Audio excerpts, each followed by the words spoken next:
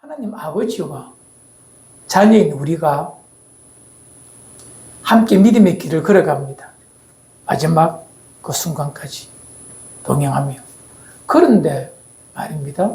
하나님의 우리에 대한 바람과 우리가 하나님에 대한 바람들이 다르니 이게 이제 힘들어지는 것입니다. 신앙생활이 불편해지고 답답해지는 것입니다. 우리는 종종 하나님의 능력을 의심한 적은 없습니다. 그분의 크심도 알고, 그분의 풍성함도 알고, 그분의 원대하신, 세미하신 그 모든 성품도 다 압니다. 그런데 우리는 하나님을 이상하게 바라봅니다. 성경을 읽다 보면 좀 당황스러운 것이 있습니다. 당황스러운 것. 뭐냐면, 요한복음 14장, 15장, 16장에 이어서 나오는 말씀인데, 14장에 보면 이런 말씀이 있어요. 14장 14절에 보면 내 이름으로 무엇이든지 구하면 내가 행하리라. 15장 7절에서 보면 너희가 내 안에 가고 내 말이 너희 안에 거하며 무엇이든지 원하는 대로 구하라. 그리하면 이루리라. 16장 23절에서는 내가 진실로 진실로 너희에게 이르노니 너희가 무엇이든지 아버지께 구하면 구하는 것을 내 이름으로 주시리라. 무엇이든지 구하면 주신다는데, 여러분, 하나님 무엇이든지 구하는데 다 주셨어요. 그러면 이 말씀이 거짓말입니까? 예수님께서 14장, 요한복음 14장, 15장, 16장 이어서 연속해서 계속 말합니다. 무엇이든지 원하면 행하리라, 이루리라, 주시리라 하셨는데 안 주셨지 않습니까? 이 말씀을 이해를 잘해야 합니다. 무엇이든지, 여러분, 무엇이든지 내가 내 소원대로 주시는 것은요, 한국적 정서에서 말하면 그건 도깨비 방망입니다. 서양적 정서에서 말하면 그것은 램프의 진입니다. 하나님 그런 분 아니시잖아요. 그럼 무엇이든지 구한다 할 때 무엇이든지 구한다. 이건 무엇을 뜻할까요? 정확하게 말씀 이해하셔야 됩니다. 무엇이든지 이 말은요, 내가 그분에게 무엇을 말해도 되는 관계를 말하는 것입니다. 그 관계가 어떤 관계입니까? 무엇을 말해도 이해하시고 받아주고 끄떡이고 이해하려고 하는 관계, 즉 아버지와 자녀의 관계입니다. 부모와 자식과의 관계입니다. 논리가 필요 없습니다. 친구끼리 대화는 아니면 사업성 간의 대화는 논리적이 부족하면 그 사람 인정받지 못하고 왕따 당합니다. 무시당합니다. 하지만 부모와 자식 간의 대화는 논리가 필요 없습니다. 무슨 말 이해되죠? 그래서 딸들이 엄마한테 그 꾸역꾸역 우리말로 셉니다. 무조건 말합니다. 억지를 부립니다. 그래도 부모는 이해를 합니다. 왜? 부모이기 때문에. 그것이 바로 무엇이든지 구하면 이 말입니다. 무엇인지 말할 수가 있어요. 성경에서는 그런 관계가 또 하나 있죠. 우리와는 단어, 전혀 좀 개념이 다른 단어, 친구라는 단어가 있습니다. 성경에 보면요. 성경에서 친구는 그런 의미입니다. 한밤중에 문을 두드려도 아무런 불편함이나 신뢰가 되지 않는 관계. 그런 관계가 뭐라? 무엇이든지 구하면 무엇이든지를 말할 수 있는 관계가 바로 이런 관계들입니다. 요한복음 14, 15, 16중에서 말하는 무엇이든지는 이런 것을 말합니다. 관계, 즉 교제를 말하는 것입니다. 끊김 없는 풍성한 교제. 이것을 말하는 것입니다.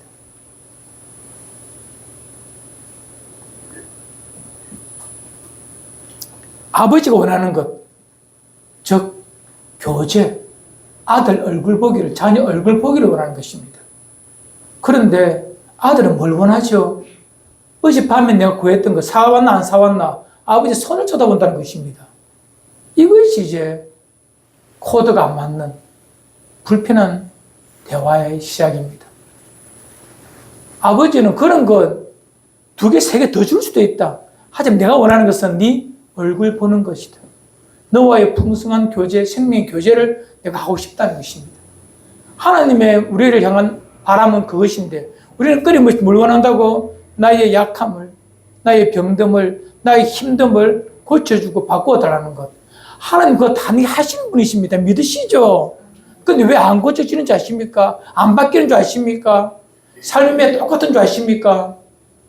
아버지의 바람을 이해하지 않고 끝까지 그것만 달라고 하니 아버지가 이해를 못 하시는 것입니다. 이거 주소 말 건데 니 이렇게 반문하시는 거예요.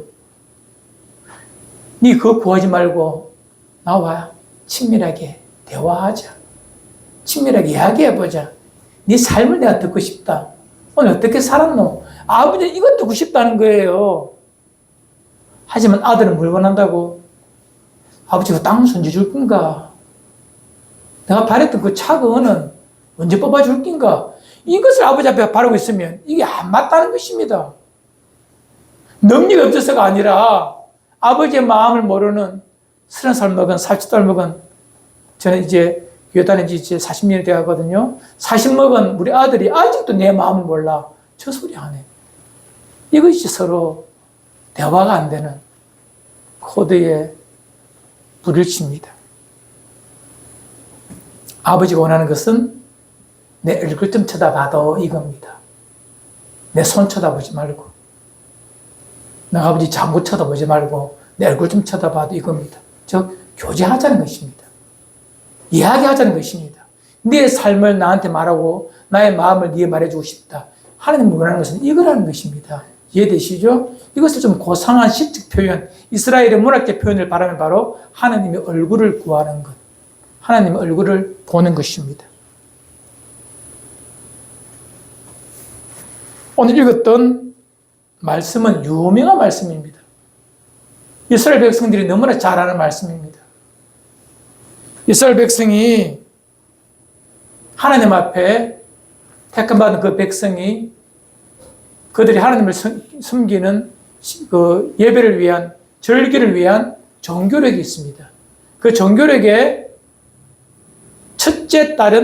첫째는 이 6월절을 시작하는 정월달이에요. 그런데 정교력 말고 민간력이라 해가지고 농사를 짓기 위한 달리기 또 다른 것이 있어요. 이걸 유대력이라고 하는데 그것이 첫 해가 첫 번째 날이 바로 7월 1일입니다. 6개월 차이가 나는데 종교력과 유대력은 7월 1일이 되면 우리처럼 신년절이 시작됩니다. 신년이 시작됩니다. 그때 뭐 하죠? 나팔을 불면서 이제 새해가 시작됐습니다 라고 말합니다. 그리고 그 중요할 때 7월 10일 날에 이제 이 신년의 절기의 절정입니다. 바로 대속죄 용키푸림이라는 말입니다. 대속죄 7월 10일 날 1년에 한 번 대제사장이 성소를 지나 휘장을 걷어내고 지성소로 들어갑니다. 벌벌 떨면서 들어갑니다. 그리고 그곳에서 제물을 드리고 피를 다 뿌리고 향을 다 피우고 난 다음에 돌아와서 아사슬 염소도 다 보내고 다 끝나고 난 다음에 제사가 다 마쳤어요. 대속죄의 모든 행사가 다 마쳤어요. 그럴 때 그 앞에 수많은 이스라엘 백성들과 족장들이 나와서 대제사장 앞에 섭니다. 그리고 대제사장은 이렇게 그들을 향하여 외칩니다. 여호와는 내게 복을 주시고 너를 지키시기를 원하며 여호와는 그의 얼굴을 내게로 비추사 은혜 베푸시기를 원하며 여호와는 그의 얼굴을 내게로 향하여 드사 평강 주시기를 원하노라. 대제사장이 7월 10일 날 대속죄일을 날 그 두렵고 떨림을 1년에 한 번 들어가는 그 지성소에 들어간 그 모든 제사와 모든 일을 다 마치고 이스라엘 백성의 모든 죄를 다 용서받고 자기도 용서받아 깨끗한 몸과 마음을 가지고 그 백성을 향하여 하시는 축복이 바로 이 민수기 6장 24절 26절의 말씀입니다.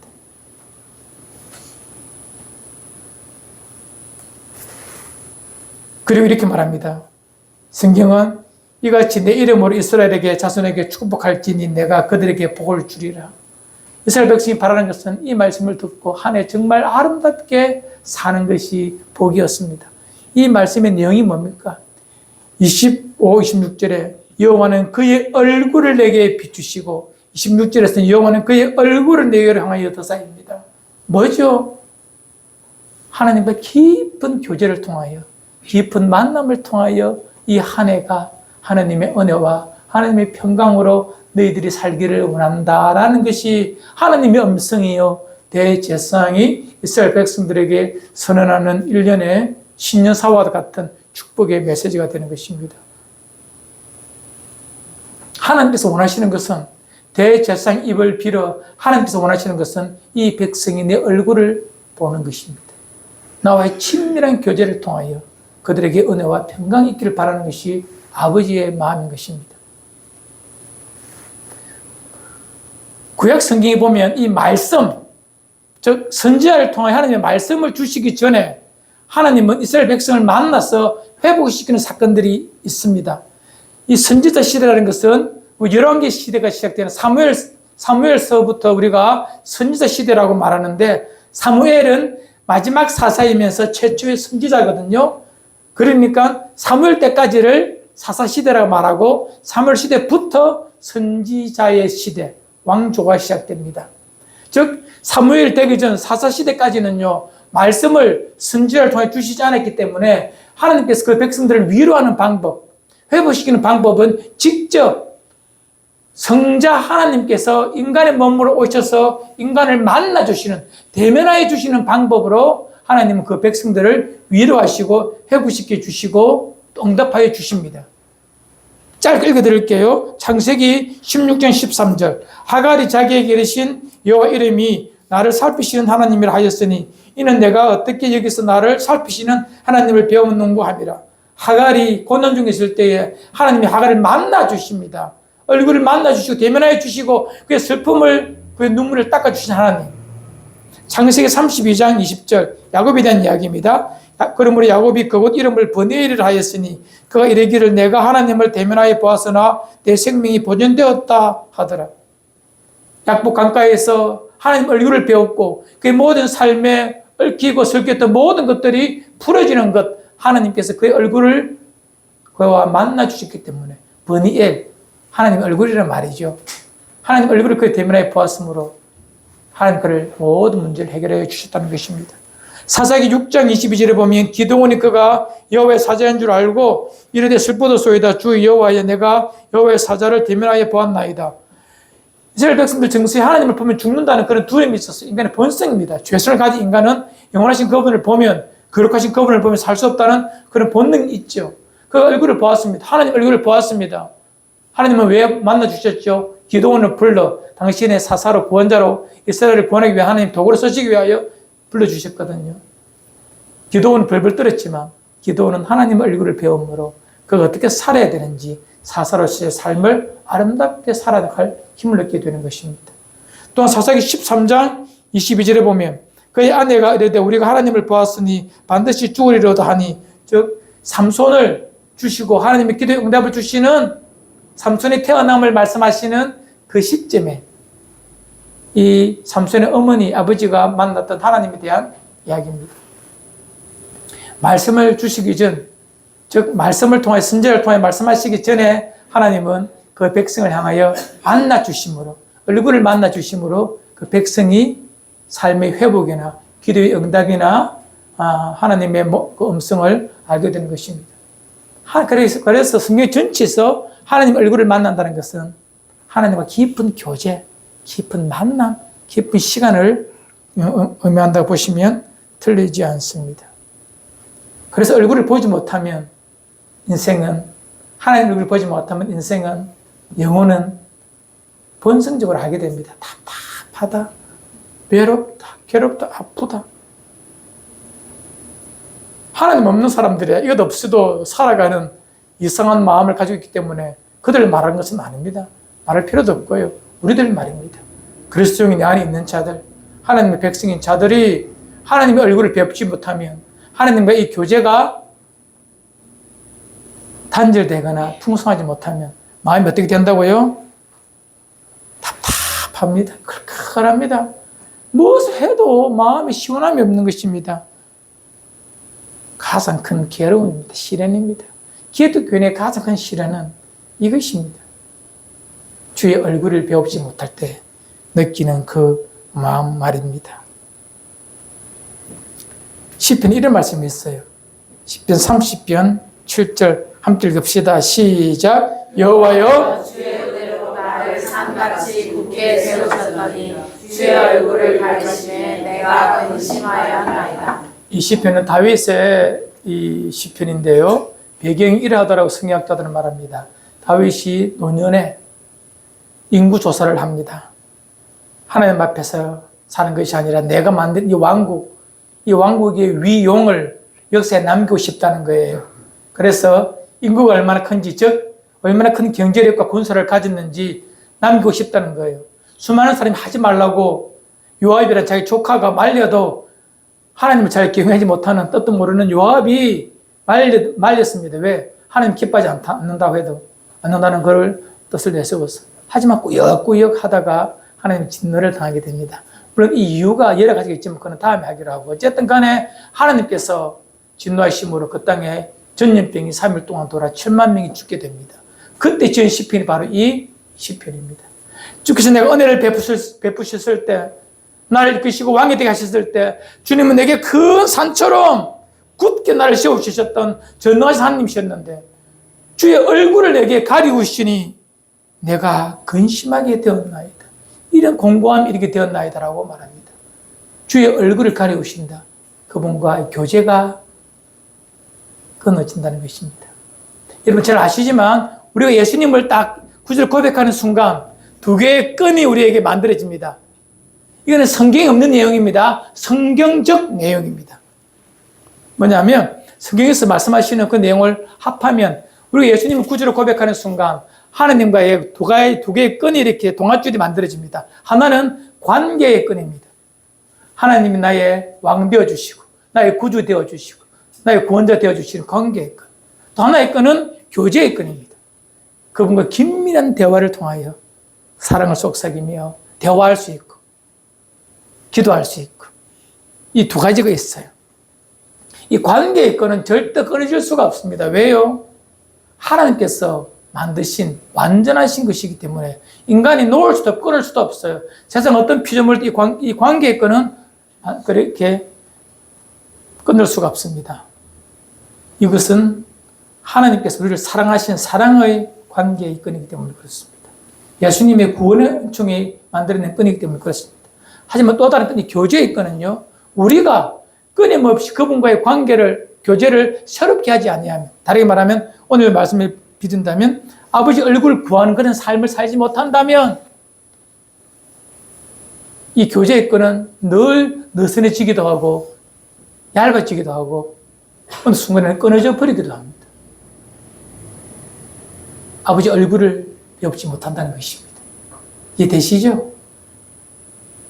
관계의 끈은 끊어진다, 안 끊어진다? 안 끊어집니다. 이건 나도 끊을 수가 없습니다. 나의 구원은 나도 못 끊어요. 왜? 하나님 날 구원하시기 때문에요.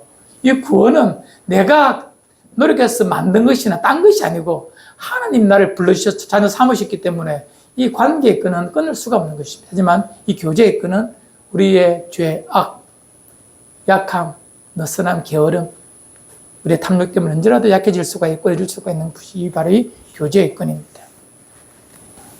이 교제의 끈이 끊어진다는 것, 기독교인으로 참 답답합니다. 아버지한테 정말 바람이 있고 내 급한 일이 있는데 아버지가 문을 안 열어줘요. 나 미소를 듣기 싫다라고 말하면 얼마나 답답합니까? 그렇게 이해하시면 됩니다. 아버지 저기 계신데 아버지가 얼굴을 안 보여주셔. 내 말을 안 들으셔. 여기서 바로 교제의 끈이 끊어진 거예요. 아버지 얼굴을 배우지 못하는 것입니다. 어떻게 이런 일이 발생하느냐? 신약적 의미로서 왜 이런 일이 발생하는지 하나만 보기 원합니다. 우리 히브리서 12장 14절. 오늘 꼭 이 말씀 기억하셔야 됩니다. 앞에 말은 잘 기억만 해도 함께 합시다. 시작. 모든 사람과 더불어 화평함과 거룩함을 따르라. 이것이 없이는 아무도 주를 보지 못하리라. 모든 사람과 더불어 화평함과 거룩함을 따르라. 이것이 없이는 아무도 주를 보지 못하리라. 아무도 주를 보지 못하리라. 이것은 관계의 끈입니까? 교제의 끈입니까? 교제의 끈입니다. 주를 보지 못하는데 내가 천국 못 간다는 말 절대 아닙니다, 여러분. 주님과의 깊은 교제의 시간을 갖지 못한다는 것입니다. 아니, 교제가 끊어진다는 것입니다. 우리 이 땅에 있는 크리스천들이 많이 이 교제의 끈이, 하나님과의 교제의 끈이 옅어지고 끼어지고 단절되고 아버지 얼굴을 보지 못하는 딱 하나가, 이 두 가지가 있는, 바로 첫 번째가 바로 우리에게 화평을 깨뜨리고 두 번째는 거룩함을 우리가 살지 못하기 때문에 그렇습니다. 우리는 큰 죄를 지어야 그런 줄 알지만 첫 번째는 뭐냐면 화평을 깨뜨리는 것입니다. 화평이 뭐죠? 더불어 모든 사람과 누리는 화평? 샬롬입니다. 평강입니다. 히브리어로는 샬롬이지만 헬라어로는 에이레네라는 말입니다. 샬롬, 평안, 평강, 화평. 이것이 깨뜨려질 때에 하나님의 얼굴을 보지 못합니다. 쉽게 설명할게요. 자녀들끼리 대판 싸웠습니다. 형 누나도 없고 동생 아무도 없고 막 야자하면서 그냥 감정의 끝을 봤습니다. 그걸 바라본 아버지가 이놈들 보고 싶었습니까? 바로 그겁니다. 화평을 깨트립니다. 그거 가지고 여러분, 그리스도 예수께서 우리에게 화평을 주시기 위해 십자가를 지셨습니다. 화평은 하나님 나라의 상징입니다. 로마서 14장 17절, 하나님의 나라 먹고 마시는 데 있는 것이 아니라 성령 안에서 의와 희락과 화평입니다. 하나님의 나라를 깨트린 거예요. 아버지의 집을 뒤집어 엎은 것입니다. 업셋한 것입니다. 우리는 크리스천으로 살면서 워낙 싸움 많은 동네에서, 전쟁 많은 나라에 살다 보니까 뭐 시끄럽게 싸움하는 것이 아무 대수롭지 않은 것처럼 보이지만 하나님의 나라에서는요, 영적인 하나님의 나라에서는요, 이 화평을 깨뜨리는 것이 얼마나 큰 죄인 줄 모릅니다. 아버지께서 얼굴을 가리우시는 것입니다. 특별히 그리스도 예수 안에서 발견된 하나님의 나라, 그와 나가 그리스도인임을 알고 있다면, 그와 나의 화평을 깨뜨리는 것이 내 안에 나온다면 이것은 분명 하나님의 얼굴을 가리우시는, 보지 못하게 하는 하나의 아주 중요한 부분이 되는 것입니다. 뭐 소극적으로 말 작게 하는 것이 화평이 아니라, 어떤 사람 말이 참 없는 데 있지 않습니까? 말 한마디 하는 것이 타인의 마음을 얼어붙게 만들고 타인의 감정을 상하게 만드는 그런 사람들 종종 있어요. 말에 자꾸 많음을 말하는 것이 아닙니다. 그의 삶의 모습을 말하는 것입니다. 그만 가면 시끄럽던 것이 이해가 되고 웃으려고 하고 화평이 오는 곳, 화평케 만드는 자, 피스메이커, 이런 사람 말입니다. 이해되시죠? 많이 있지만 요약해서 하나만 봅시다. 마태복음 5장 9절 함께 합시다. 시작. 화평하게 하는 자들 복이 있나니 그들이 하나님의 아들이라 일컬음을 받은 것이다. 이 한마디로 충분합니다. 하나님의 아들, 아버지와의 깊은 대화를 가지고 싶은 하나님의 아들, 그들의 삶의 모습은 뭐라? 화평케 하는 자. 다른 것은 좀 손해보고 그냥 넘어가도 됩니다만은 내가 들어서 화평케 된다면 참 좋아요. 아니나 다를까 이번 추석에도 내가 가서 우리 집안이 화평했습니까? 재밌었습니까? 하나님 나라가 구현되었습니까? 아니면 감정의 잔재를 또 끄집어내어서 또 뒤집었습니까? 지금 저희 가정 하는 소리입니다. 여러분, 참 어렵습니다. 하지만 끊임없이 성령이 내 마음을 충만하시도록, 나를 다스려 주시도록, 감정의 찌꺼기를 십자가로 도말하시도록 끊임없이 기도가 난 다음에 그렇게 만나셔야 됩니다. 이것이 하나님의 나라를 구하는, 요거 구현에 가는, 다르게 말하면 개인적으로 나와 하나님의 관계를, 아버지 얼굴을 환하게 볼 수 있는 그런 길입니다. 또 하나 우리가 구해야 될 거 뭐죠? 화평함과 거룩함. 극단적으로 말할게요. 죄 짓고 못 살겠다. 이런 마음이 있어야 된다는 것입니다. 내 속에는 성령께서 근심하시는 그런 죄를 짓고 내가 못 살겠다는 그런 마음 가지고 하루하루 살아가는 우리의 마음, 연약하게 짓는 죄 어떡하겠습니까? 솔직히 말해서. 그런 죄가 나타날 때마다 속히 아버지 앞에 나와 새롭게 하고 깨끗하게 하는 그런 일련의 노력들 말입니다. 그것이 있어야 주의 얼굴을 배울 수가 있는 것입니다. 죄를 미워하고 하면 피 흘리니까 참 싸워보는 그런 몸부림 말입니다. 이런 것을 가지고 있어야 아버지가 기뻐하십니다. 그래 아버지 얼굴을 배울 수가 있는 것입니다. 여러분, 성도 여러분, 거룩한 삶이 누구에게 보이기 위한 옷이 아닙니다. 성도의 거룩한 삶은 마지못해 병이 났으니 먹는 썬약 같은 그런 것이 아닙니다. 힘들어 겨우겨우하는 것이 아닙니다. 내가 성도, 아버지의 자녀, 거룩하신 하나님의 백성이라는 우리에게 거룩은 자긍심입니다. 자부심입니다. 아버지가 나를 떳떳하게 보시는 것, 이 벼세계에 너를 향한 아버지의 눈빛이 참 내 새끼 잘났다 이런 마음을 들 때 언제냐면 능력 있는 아들이 아닙니다. 하나님 앞에서는요. 뭐죠? 거룩함을 가지고 떳떳함을 가지고 이 땅에 당당히 서 있는 것. 가난해도 괜찮다. 무시받아도 괜찮다. 하지만 네 속에 거룩을 가지고 있구나. 가장 잘하는 사람이 누굽니까? 다윗이거든요. 그래서 주님은 이런 말씀 하셨죠. 네 마음이 내게 있도다. 내 마음은 네 마음이 똑같다고 말합니다. 이것보다 더 큰 칭찬이 됐습니까? 다윗이 윤리적으로 탁월합니까? 아닙니다. 음란한 놈이요. 사람 죽인 사람이요. 노역 있는 사람입니다. 그러나 그 마음에 거룩에 대한 죄가 나타났을 때 죄에 대한 거룩함이 있었기에 몸부림쳤기에 밥 안 먹고 그 죄에 대하여 탄식하며 울었기에 하나님은 그를 내 마음이 그에게 있다라고 말할 만큼의 인물이 되는 것입니다. 하나님께서 원하시는 것은 뭐? 거룩함을 추구하는 나의 몸부림입니다. 성경 하나 보고 말씀을 마치겠습니다. 데살로니가 전서 4장 3절입니다. 함께 합시다. 시작. 하나님의 이것이 너희의 거룩함이라. 아버지의 뜻, 열망, 기쁨이란 헬라어 델레마입니다. 아버지의 바람, 아버지께서 내게 원하시는 것, 능력 있는 정도 아니에요. 힘 있는 삶도 아니에요. 건강한 삶도 아닙니다. 물론 그게 나빠서 절대 아닙니다, 여러분. 아버지께서 원하시는 것은 뭐라? 너희의 거룩함이라. 본래 인간에게는 거룩이 없습니다. 거룩은 하나님의 것입니다. 거룩하게 살고자 하는 몸부림. 여러분, 거룩이라는 단어를 설명해 드렸지만, 카도시란 말입니다.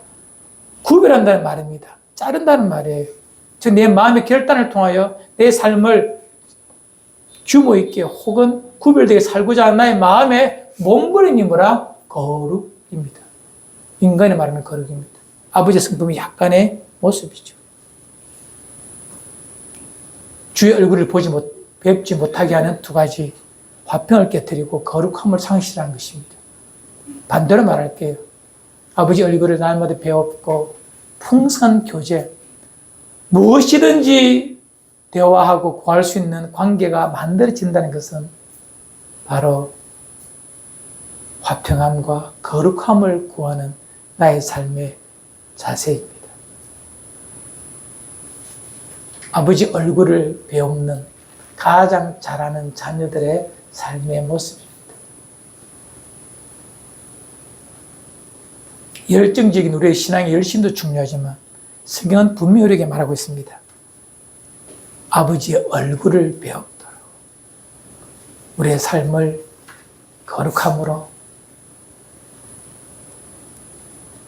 또한 화평케 함으로 이것을 구현해 간다면 어찌 아버지가 우리를 기뻐하지 않겠습니까?